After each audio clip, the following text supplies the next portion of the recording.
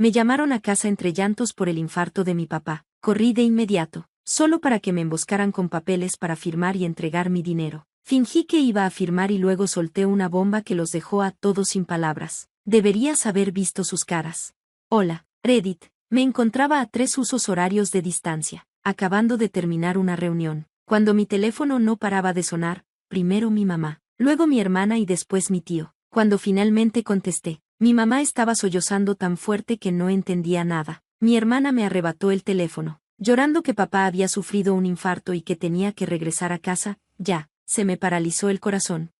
Ni lo pensé. Reservé el primer vuelo nocturno a casa, con las manos temblando todo el tiempo. Mi papá y yo no siempre nos hemos llevado bien, pero sigue siendo mi padre. Si algo le pasaba, no podría perdonarme a mí mismo por no haber estado ahí. Dejé todo, el trabajo, los clientes, un trato enorme en el que llevaba meses trabajando, y volé de regreso a la casa de mi infancia, que en realidad ya nunca había vuelto a sentirse como un hogar. Cuando aterricé, no había ambulancia, ni actualización del hospital, ni un médico esperando. En cambio, mi primo Mark me recogió en el aeropuerto, sorprendentemente animado para alguien que supuestamente había pasado la noche sin dormir por una emergencia familiar. Cuando le pregunté cómo estaba papá, titubeó antes de decir, está descansando en casa. Los doctores dicen que no fue un infarto completo, solo un susto, pero sí, está bien. Pero sus ojos no coincidían con sus palabras. Algo en la forma en que me seguía mirando con el rabillo del ojo me hizo sentir que estaba entrando en una trampa. Mis instintos nunca habían gritado tan fuerte, pero lo atribuí al agotamiento. Me dije que solo estaba paranoico, que mi familia no mentiría sobre algo así. No podía estar más equivocado. Entré a la casa esperando ver a mi papá conectado a máquinas, quizá pálido y débil, o aliviado al verme. En cambio, vi a toda mi familia sentada alrededor de la mesa del comedor, mi mamá, mi papá, mi hermana, mi tío e incluso nuestro abogado, y justo enfrente de ellos, un voluminoso montón de papeles. Papá lucía bien, no perfecto, pero no como alguien que acabara de sobrevivir a un infarto. Incluso asintió y dijo, ahí estás, ya tardaste bastante.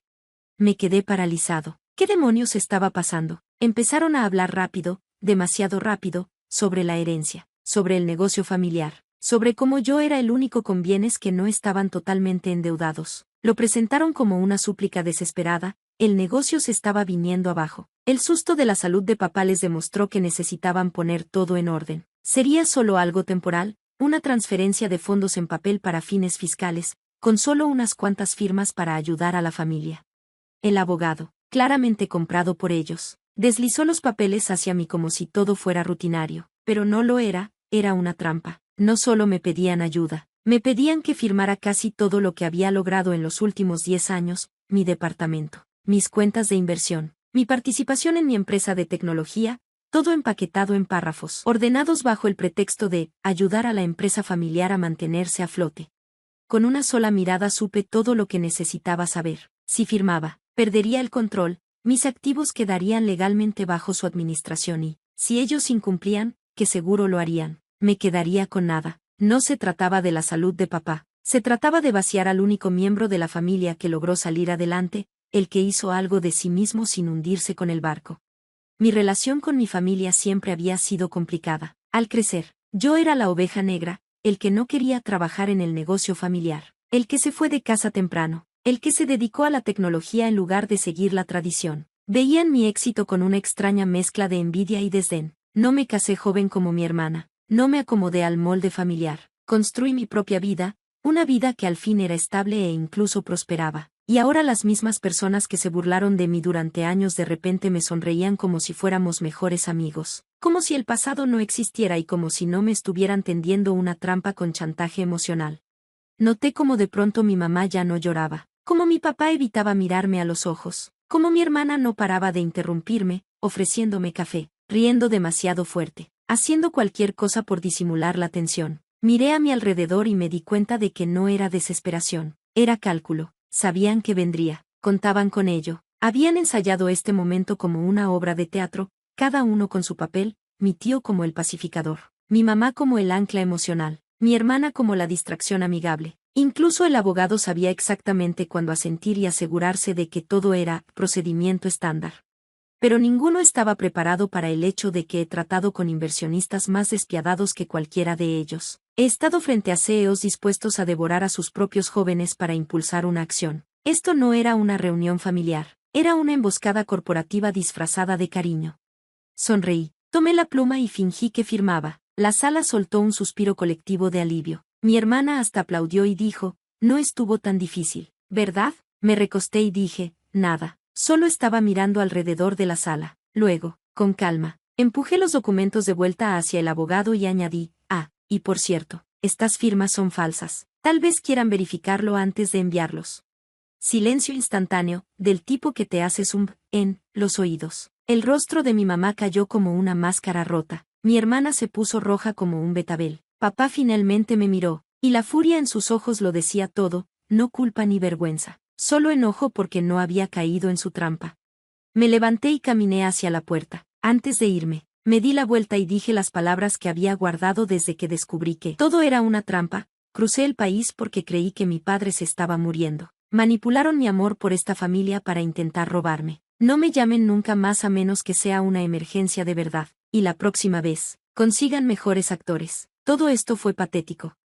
Justo al llegar a la puerta principal, mi tío gritó, espera. Podemos explicar. No miré atrás. Salí de esa casa y cerré la puerta de un portazo, pero no regresé al hotel. Fui directo al banco, porque si estaban tan desesperados, había algo más ocurriendo de lo que sospechaba. La gente en quien confiaba mi infancia podría estar preparando algo aún peor. Esta vez no me limitaría a irme. Iba a descubrir qué tan profunda era esta traición, y si tenía razón sobre lo que vi en esos documentos. Ya no se trataba solo de dinero, era una guerra. A la mañana siguiente seguía impulsado por la adrenalina y apenas 3 horas de sueño. No podía quitarme de la cabeza la mirada de mi papá cuando le dije que había fingido la firma. No era la mirada de un hombre atrapado en un mal momento. Era la mirada de alguien que había estado planeando ese momento durante semanas, tal vez meses, el infarto falso, la urgencia ensayada, el montón de documentos, todo cuidadosamente redactado para transferir responsabilidades. Y de pronto no pude evitar preguntarme cuántas veces lo habían ensayado antes de que yo llegara, cuánto tiempo habían estado contando con que yo cayera en su trampa. Necesitaba respuestas verdaderas, así que no desayuné. Ignoré las llamadas y los mensajes de voz que me llegaban sin parar, y fui directamente con la única persona que sabía que tenía motivos para hablar, mi primo Mark. Mark no era un cerebro detrás de todo, solo un segundón, una oveja en el plan que el resto de la familia había ideado, pero no era malicioso, solo débil. Lo encontré afuera de un café en las afueras del pueblo, esperando su sándwich de desayuno como si fuera un día cualquiera. Cuando me vio acercarme, su rostro palideció más allá del color crema. No huyó ni mintió, no porque fuera valiente, sino porque era demasiado estúpido para darse cuenta de lo profundo que estaba metido. Ni siquiera formulé preguntas. Me quedé mirándolo fijo durante un minuto completo, con los brazos cruzados, mientras él se revolvía con su café fingiendo que nada de esto pasaba. Al final cedió y me contó todo. El negocio familiar estaba perdiendo dinero desde hace años. Papá había hecho una serie de inversiones terribles, algunas legales, otras peligrosamente no. Un trato con un almacén que salió mal. Una compañía fantasma en Nevada que desapareció de la noche a la mañana. Un socio silencioso desviando fondos sin que nadie se diera cuenta hasta que fue demasiado tarde. Habían hipotecado casi todos los bienes, la casa de veraneo, los terrenos que papá heredó de su abuelo. Todo estaba apalancado al máximo. Y luego estaba la demanda, aquella de la que yo ni siquiera había oído hablar. Un ex empleado presentó una denuncia de denunciante, whistleblower, alegando fraude fiscal e ingresos falsificados. La empresa estaba bajo investigación y se esperaba un fallo multimillonario. Si perdían, arruinaría a la familia y abriría la puerta a cargos penales. Por eso necesitaban mis activos, no para la empresa, sino para ellos mismos, para evitar ir a la cárcel, para impedir que las autoridades federales congelaran lo poco que les quedaba. Salí de ese café sintiéndome mal. Me quedé en la banqueta mirando a la nada durante 5 minutos seguidos. Todo aquello con lo que crecí, mis padres, mi hermana, el negocio, la casa que pensé que algún día iba a heredar, ahora resultó ser un engaño. Una farsa sostenida por mentiras y la idea de que la sangre exige que sacrifiques todo, hasta tu propia cordura, por la familia. Pero dejaron de ser mi familia en el instante en que usaron mi amor por ellos como un arma. Cuando me convirtieron en un cajero automático con latidos, supe lo que tenía que hacer, quemarlo todo. Fui directamente con un abogado, no cualquier abogado, sino uno con el que había trabajado durante años en mi empresa. Alguien en quien confiaba. Alguien inteligente y despiadado cuando era necesario. Le expuse todo, los documentos que quisieron que firmara, el posible fraude, la emergencia de salud inventada. Ella escuchó sin pestañear. Luego me dijo algo que lo cambió todo: si intentaban falsificar mi firma o presentaban aunque fuera una versión de esos papeles como legalmente vinculante, podría considerarse fraude, y si utilizaban esos documentos en alguna transacción financiera, los expondría a una investigación, posiblemente incluso a cargos penales. Me pidió copias, se las di, dijo que ella se encargaría a partir de ahí, que me mantuviera en silencio, vigilara y esperara, y así lo hice. 2 semanas después me llamó, con voz tranquila. En una sola frase, intentaron usar los papeles. Los presentaron ante un prestamista privado, afirmando que contaban con tu respaldo total. El prestamista desconfió, realizó un proceso de verificación. Detectó la discrepancia en las firmas. Halló el rastro de inconsistencias y congeló la transacción. Ya lo ha reportado a las autoridades.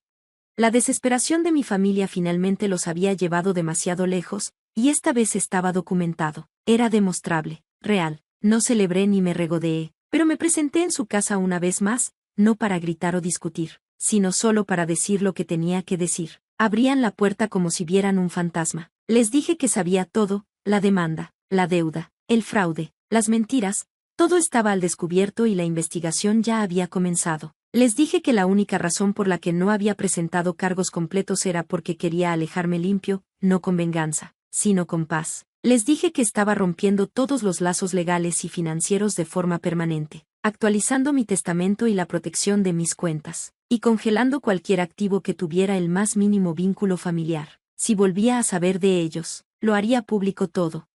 Mi mamá lloró, mi hermana suplicó, mi papá no dijo ni una palabra, solo me miró como si le hubiera matado algo sagrado. Quizá lo había hecho, pero no era el amor lo que maté, era su última ilusión de control. Ese día dejé de ser su gallina de los huevos de oro, me convertí en la consecuencia que creían que nunca llegaría. Me alejé y no volví la vista atrás. Desde entonces, mi vida ha sido más tranquila, pero no fácil. Soltar a tu familia, por muy tóxica que sea, es como amputarte un miembro del que dependías desde niño. Duele, sobre todo en las fechas festivas, pero ¿sabes qué no duele? Mi cuenta bancaria, mi tranquilidad y mis mañanas sin temor. De vez en cuando aún recibo noticias, retazos de chismes de antiguos vecinos o primos lejanos. El negocio quebró, la demanda sigue pendiente. Mi hermana se mudó con una amiga, mis padres vendieron la casa. Nada de eso me sorprende. Construyeron su mundo sobre mentiras y creyeron que yo lo sostendría para siempre. Pero ya dejé de cargar con cosas que nunca fueron mías. Al final, la familia no se trata de sangre, se trata de respeto, de límites, de amor que no viene con cláusulas y condiciones. Y una vez que aprendes eso, dejas de perseguir fantasmas y casas que nunca fueron hogares.